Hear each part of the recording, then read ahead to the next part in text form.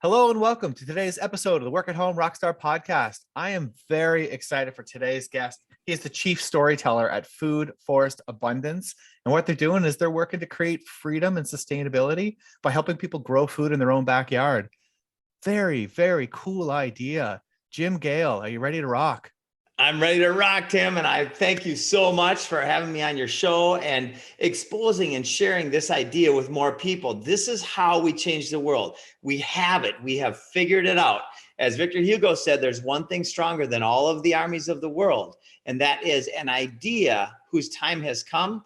Well, this is it. All the armies of the world is what we have to overcome right now. And the idea is enlightenment. It's the Garden of Eden. It's joy, abundance. It's freedom on every level. And it's happening at an exponential rate. Thank God for the apocalypse. And I'm not talking about this, right? This is not a religious statement, by the way. This is a statement of pure logic and joy. And yes, a lot of the religions around the world have pointed to the Garden of Eden as a utopic fantasy. That's a scam, my friends. Food forests everywhere will defeat all of the forms of tyranny, and we'll unpack that today. Right on. Well, I have a little garden in my backyard, and it is so much fun to grow. I got to tell you, it is a challenge, though. So, I'm definitely looking forward to hearing what you have to say it in your guest solo about how you help people. But before we do that, I want to start on a good note. So, tell me a story of success in your business that we can be inspired by. Oh gosh. Okay. So we launched 9 months ago, and it was one full-time person, me, and well, I worked like triple time. So three full-time people, but then two part-time people. We now have hundreds of people involved around the world. We're helping people to grow food in about 20 countries in almost every state in the nation. Just a month after launch, I got a call from the producer of The Crocodile Hunter. Just got off the phone with him a couple minutes ago. And he said, Jim, we want to shine a light on your vision for society. 2 days later, I get a call from Adrian from Entourage, who was my favorite actor. So my favorite producer and my favorite actor call me within 48 hours of each other. And I'm not in this world. Like, this is just, it defies logic and reason what's happening. And we finished a TV pilot that is called The Land of Plenty that is going to inspire millions of people to grow food. So that's one of many magical events that are happening on a daily basis. Wow. Okay, Jim, I'm going to pull you down here for a second here. Good luck. Because along with the good note comes a bad note. And every once in a while, things are not going to go as planned. So, yes. It's only been 9 months, but I'm going to guess there might be a bad note that has happened since then. So tell me something that didn't go as planned. Right. So the first thing in permaculture is you turn the problem into the solution. And I literally don't see anything bad. There's nothing bad that has happened. There are a bunch of contrast elements. There are a bunch of frictional elements. There are a bunch of things that we won't do again elements, right? And there's one person that we hired because he had an epic resume, like epic. And I won't get too into it because I'm not a believer in shame or any of that stuff, right? But anyway, we hired this person because there was a lot of story around it. And then the energy was so different. Some people come at business like from a control and force mentality, right? Like, I'm going to piss in their parade to wake them up, or any of these type of metaphors. I'm like, I'm not going to piss in anybody. What? No.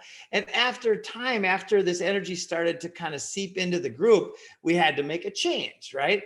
But we turned that lemon into a lemonade, and we learned what we wanted to learn. And every single one of these things is a piece of the puzzle that brings us into a greater awareness. In fact, I love being proven wrong because it elevates me to a new level of understanding or overstanding of what's the truth, right?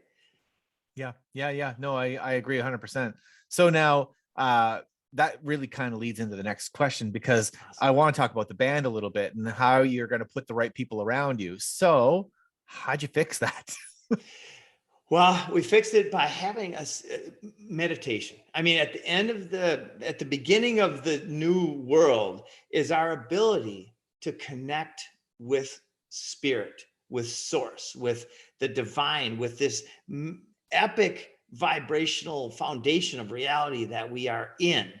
And so I do a lot of meditation. I'm big into just sitting and allowing my mind to relax. In fact, it was a year ago, and I'll talk about another one of my long-term failures. I started a mortgage company when I was 30, and within 3.5 years did about $1.3 billion in sales, bought a boat, lived on the ocean. I thought I was really cool. I thought I was going to be wealthy for the rest of my life. Then I learned in 1 year, I took the red pill, I learned permaculture, and I had 2 daughters. When you stack those 3 things, I started looking at the world through their eyes, which were more important to me than my own, as far as, I'll do anything for my daughters, my 4 girls now.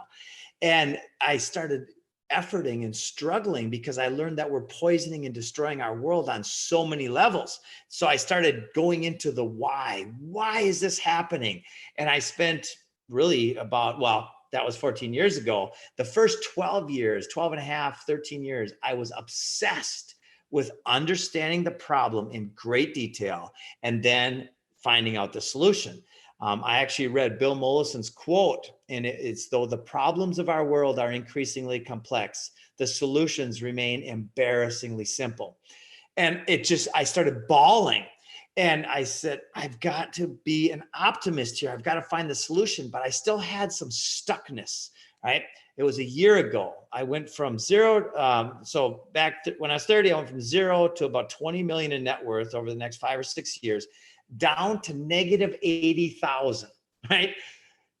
I didn't have a job. This was 2 years ago. And I had put all of it into a new job that was a new business that I started that was shut down by the government, not by COVID, by government. The COVID didn't shut anything down. Government. The government made choices. Yeah. Yes. Govern means to manage or control, and mente means mind, right? That's the problem, is mind control. The solution then. And so I let go of all the fear. I was broke. I didn't have an income. I didn't have any of that stuff. And I meditated, let go of all the fear. And all of a sudden I started living by faith and courage and joy. And since that day, it's been magic. Yeah. Wow. Okay. Meditating. Yeah. I've been working a lot on that lately as well. And it's one of those things where, I've done quite a few episodes of this podcast, and I am actually surprised how many people use meditation regularly in the business world.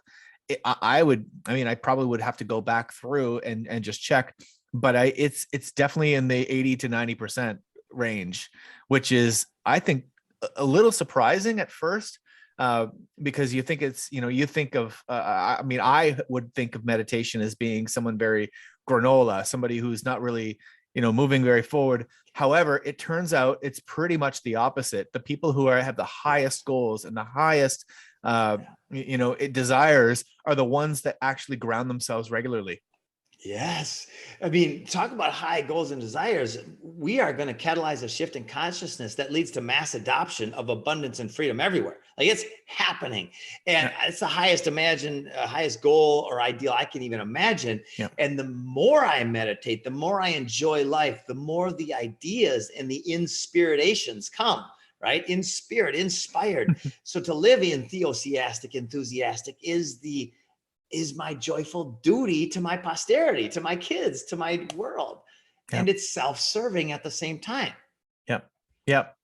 So now, speaking of the practice of meditation, what about other practice? Like, how do you, when I say practice makes perfect, or practice makes progress even, what does that mean to you as it associates with your business? So it means visualizing and settling in. So my practice is literally meditation. I don't plan anything anymore. I see great value in writing goals at certain points of life, right? When you're stuck and you want to kind of break through, right? I've written my goals now 3 times in my life. Once I was 19 and wrote that I wanted to be a national wrestling champion. The other time I was 29, wrote that I wanted to have $3 million. And now 49, I wrote that I want to catalyze the shift in consciousness, leading to mass adoption of freedom. And those other 2 came true. This, to me, is a lot easier because it is completely driven by allowing my mind to relax and then following the guidance, the inspiration that comes. Yeah. You're making a really good point. I've been reading a book called Atomic Habits. I'm not sure if you've read it before. It's very, very good. But one of the things that they said is that everybody who's a high achiever all have goals, but so do people who are not high achievers. So it can't be the goal that's the difference. So what is the difference? It's their habits. It's what they do. It's other things other than the actual goal. And so I think that what you're saying, writing goals is one thing, but that's not going to get you there. It's something else, right?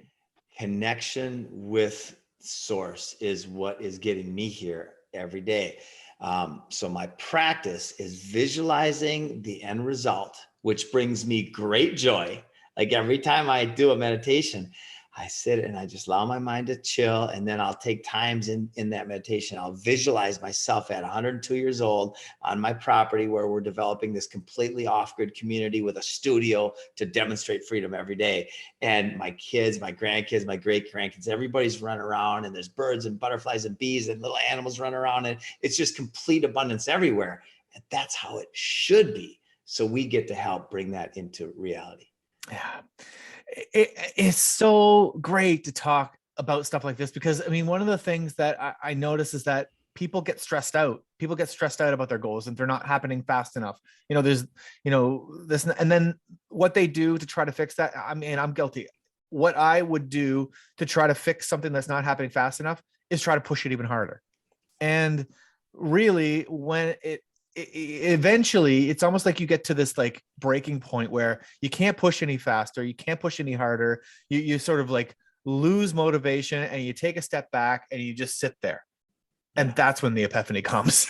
Dude, you nailed it, man. You absolutely nailed it. So one of my teachers is Esther Hicks, and known as Abraham on YouTube. There's a million videos by this woman. Yep. And she's one of many teachers. I've gone very metaphysical with my teachers nowadays. And she says very clearly, if you're efforting, go take a nap. Go play, go for a walk in the park, go play with your kids, your dog, go do something to take your mind off of it. Just like you said just now, take your mind off of the struggle, let go of the struggle. There's no struggle. Be in this moment and feel your hands. Like just, oh my gosh, I feel the vibration. I can feel, it's like there's an energy. And pretty soon I'm going to be able to manifest some light in there somehow. I don't know, maybe, right? Yeah. I'm not giving up on that. So just feel it. And then all of a sudden, like you said, the ideas, they come. Yeah. And I've got a good analogy with music. So when I was first learning music, one of the things that I called them hurdles, but what it was is that I tried to learn something. I'd try to learn, maybe switching from chord to chord, something really basic, right? But at the beginning, you're not very good at it. And I remember just trying over and over, and it was almost like I was getting worse. Right? It was like, it was getting worse. I was making more mistakes than I did in the first. And then I would be like, okay, I'm done. I'd go off, I'd do something else. I'd come back a few hours later, maybe even the next day, and it was right there, just like that. Wow, and I was awesome. Like, what? and eventually I kind of figured it out that's exactly what was happening, was that I was push, wasn't going, walked away, came back, and there it was. And it sounds very similar to what you're saying right now, right? Completely. Oh man, for 13 years for 13 years I was struggling. For 1 year I let go of the struggle, and then more has happened in this 1 year towards the fulfillment of my vision and dream than infinitely more than the 14 years previous. That was my struggle. That was my tough time of failure relative to my goals. It's a beautiful thing. It's a beautiful transition. And again, it's self-serving. This idea of selfishness being bad. There's no such thing as not selfish. Mother Teresa was selfish. Yeah. She couldn't think of another thing to do with her time that would bring her more joy and fulfillment than what she did. Right? That's selfish. I love it. When selfishness is very consciously serving and regenerative and abundant, it's the best thing in the world. Yeah, exactly. Well, because we all derive a certain amount of pleasure from helping others. And so that's what I've heard before. There's a quote that says there's no such thing as a selfless act, because even something for someone else, even if it's anonymous, even if you actually do something and you don't tell anybody you did it, you still feel it. Yes, right? 100%. You feel good about it, right? Mm-hmm. Yeah. Yeah. And there's nothing wrong with that, right? Now, let's move into the instruments. So, what are the tools that you use for success in your business? Communication through consciousness, through a settled place. In fact, there's a few real specifics I'll give to everybody that will change your life. Never, ever, ever text or email pissed off. Never. If you can avoid a phone call or a direct conversation pissed off, avoid that as well, Mhm. right? Wait until the energy has went away, because everything that, belief systems are like filters. They're BS, right? They're like filters of reality. So when we have a belief system, when our guard's up, when something's going on, then reality will come in and it'll filter through our BS. And then we will see and experience something different. You ask anybody who's watching CNN and Fox, you say, okay, you say that the sky is blue. And the one will say, oh, there's clouds over here. The other one will say something different, right? Reality is a perspective. And so I'd say the number one thing is never engage in anything until you're conscious, until you're settled. That's the most important tool that I've learned in my life. Yeah, I agree. And also having the intention, do everything with intention too, right? Yes, And that's I think that's beautiful. where a lot of things happen. You go into these patterns of doing something because you've always done it. And, as soon as you sort of get excited or even just have an outcome that you want for something, like the whole conversation takes on a different life, right? Man, I'm gonna write that one down, because you're just teaching me stuff here. So go in, there's a thing called segment intending, where you're going into a new segment of your life, and it could be a 10-minute segment, it could be a 2-hour, it could be a weekend seminar, whatever the segment is. What is the intention for that segment? And so I'm gonna just make myself a reminder to bring this up to the team meeting. We have great team meetings. Great. Yeah. Well, and I don't remember where that came from, but it probably was like an Esther Hicks type thing where, every time you go into a different, like even if you walk into the car, before you get in the car, what's your intention? Get out of the car, you go to the grocery store, what's your intention? Yeah. And I think that's probably part of meditating as well, and being present in the Yeah. moment, right? That's awesome. And I love that, because this idea of stacking intentions, right? So some people say, what's my intention at the grocery store? Well, you've got a little list of, that's not your intention. That's just what you're going to do. If you actually have the intention to stack functions, in other words, I'm going to have fun. I'm going to make eye contact. I'm going to smile with somebody. I'm going to say something nice to the person behind the counter, which could change their life. Like literally, you can radically change somebody's life by saying, gosh, it's so nice to see you again. I love your smile. Like those type of things. And as I'm saying that, I'm thinking, oh, there's opportunities that I've missed. I'm going to not miss them tomorrow, though. Yeah. Well, grocery store is for me, I actually love to listen to audiobooks at the grocery store while I'm doing groceries. And I don't know what it is. I think it's very therapeutic for me. Maybe that's because getting groceries is one of those things that's just super automatic. You pretty much buy the same stuff every time, right? Yeah. And so there's not a whole lot of thinking going on, but it's an opportunity for my brain to kind of process something, right? Yeah, that's awesome. There you go. You just stacked functions. You're not just actually at the grocery store, but you're actually solving some problem.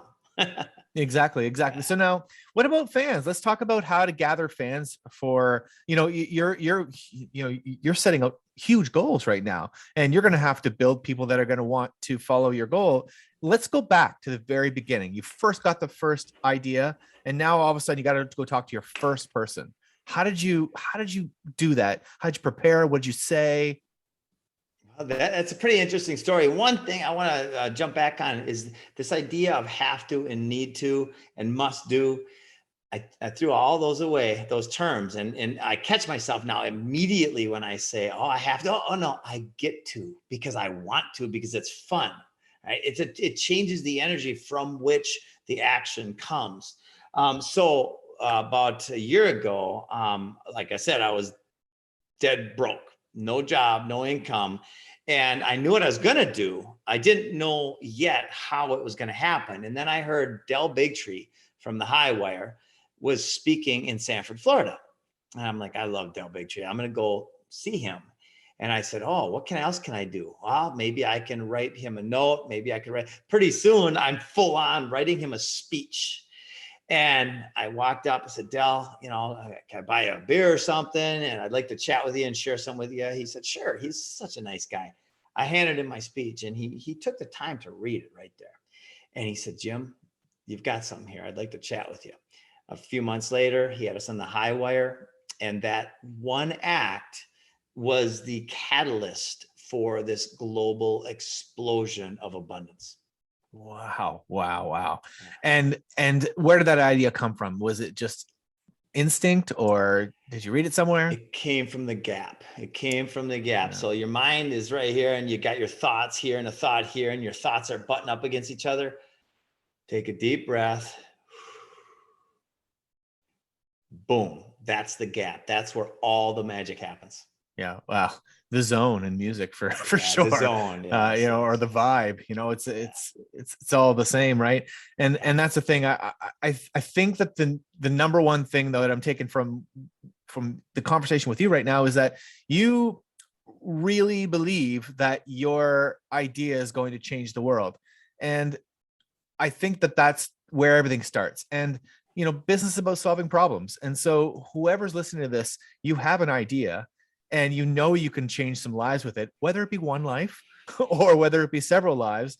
That doesn't matter. What does matter is that you believe that it's going to help and that you can help someone with it. So once you get out there and start to talk about it, that's going to come across. Yes. And the world starts in your heart and your mind and your body. So when we change this world, then it's automatic that we are enjoying and we are becoming an inspiration to others. There's no amount of pain or suffering or shame or humiliation or rage that I can feel that can help anybody do anything positive. So the first thing is to let go of all those programmed emotions and start and intentionally raise your vibration to faith and courage and joy and love and all those things. And then you've just changed the world. You've changed your world. From there, it's pure magic. Yeah. Yeah. I heard a quote that, what was it? It was lighthouses don't go chasing boats. Ah, that's and, great. Yeah. and I think that hit me hard because, when you have something and, it's very bright and it's very,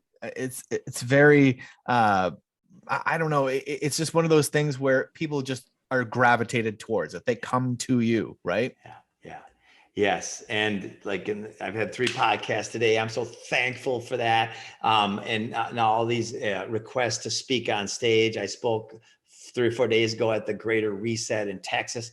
And this is what I am designing my life to be: the most effective inspirer and empowerer that I can possibly be. And I believe in Napoleon Hill's quote, whatever the mind of man or woman can conceive and believe, it can achieve. That's a truth. That's a truth that has come from his study of the greats throughout history. And that's one that I would suggest everybody meditate on for a little bit, because what can your mind conceive and believe? And it's a stepping stone. First of all, I can have a good minute. I can have a good hour. I can have a good week. I can have a good year, right? Start wherever you start and build on that. I've been building on that so long that I can conceive and I know that we've already changed the world, that what we've already done is like seeding little food forests that are expansive by their very nature. Beautiful. It's time for your guest solo. I want to know more about this. Awesome.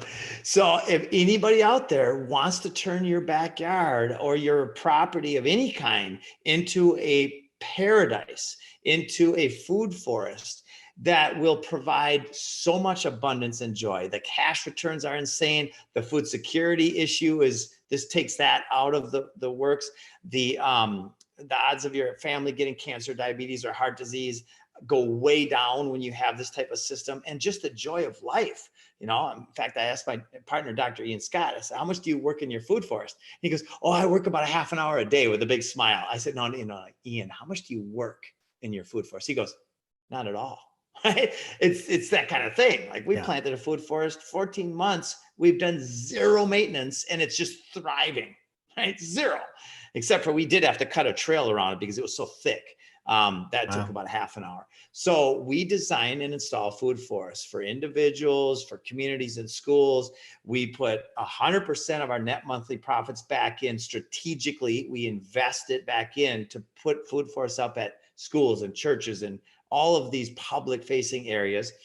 And if you want to be in the business of helping people be self-reliant and free and grow food, this is the best business model that I can imagine in the world right now. You can use your home as your home base for this business, create a demonstration site, which also becomes a nursery and a food production site. And now you've got the ultimate stack of functions of joy and demonstration and education, where you're helping people create freedom.